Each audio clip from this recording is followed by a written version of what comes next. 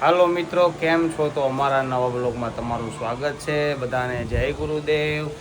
તો અમે ગયા હતા ગામડે અને ખૂબ મજા કરી અને તમને પણ અમે બ્લોગ બતાવ્યા બધાય.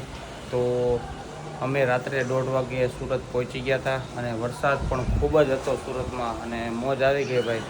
તો આવીને પછી આપણે સૂઈ ગયા હતા અને સવારે રાબેતા મુજબ આપણા કામે ચડી ગયા છીએ.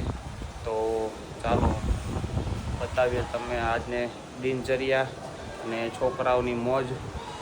આજે સુરતમાં તો વરસાદ સારામાં સારો. તો જોવો ભાઈ છોકરાઓની મોજ. પાણી ગાર્ડનમાં ભરાઈ ગયું છે ને ભાઈ મોજ કરે છોકરાઓ. આમ જો લસરપટ્ટીમાં સૂઈ જાય છે, એકાબીજા રૂમાલથી ધબધબાટી બોલાવે છે. વરસાદે પણ આજે રંગ રાખ્યો હો ભાઈ. રાતનો ચાલુ થયો છે ધબધબાટી પણ જોવો તમને.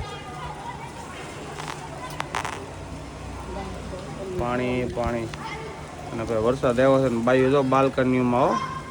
તો અમની છે ધડ બડાટી. વરસાદની વાટ જ જોતી હતી ક્યારે વરસાદ આવે. અને આ ભાઈ જો અમારે ભાઈ ગમે એટલી બાલ્કની સારી હોય ને, વરસાદ આવે એટલે પડદા નાખવા પડે. તો રિંકલ કેમ પડદા ફિટ કરી દીધા? વરસાદ આવે છે એટલે. વાહ ભાઈ વાહ. તો હવે અંદર નહીં આવે પાણી એમ? એટલું તો તોય આવે જ બાપુ. એવું છે? વાહ ભાઈ વાહ. તો ભાઈ બાલ્કનીમાં પડદા નાખી દેજો બધાય. જો ભાઈ 3 દી બહાર હતો ને એમાં પરિણામ છે. બે રોતા છે.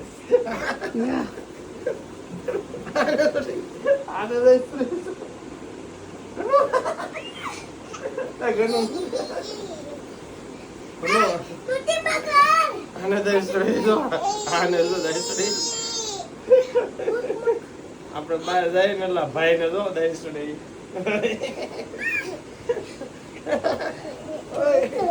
બસ પણ તું બસ પણ હવે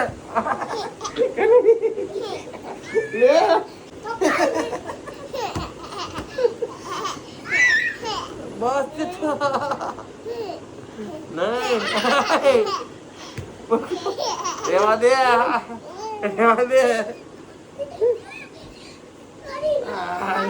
આ ઘનશ્યામની દાઈસ તો ભાઈ જમવાનો આવ્યો હોય તો જુઓ કપડા હકેલવાનું બેડ ઉપર. બોલો કોઈ બેડ ઉપર કપડા હકેલે ક્યાં રિંકલ? શું વાત છે, પણ તમે જોવો તો ખરા ભાઈ. એમાં હુવાનું હોય બેડ ઉપર, કપડા ન હકેલવાના, નીચે હકેલાય. ઓ બાપરે. હાલો ને જમાનો છે હો ભાઈ. કાંઈ વાંધો નહીં, જિંદગી મળી છે તો જીવી લ્યો, બરોબર ને? વાહ ભાઈ વાહ. તો આ હતી મોજ.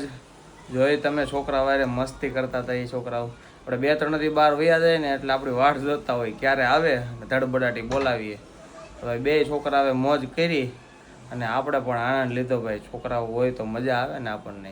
બહાર જાય તોય ત્યાં યાદ તો આવે બધાય, પણ આપણે કામથી ગયા હોય એટલે આવીએ ને મજા આવે. તો આ હતી મોજ છોકરાઓની.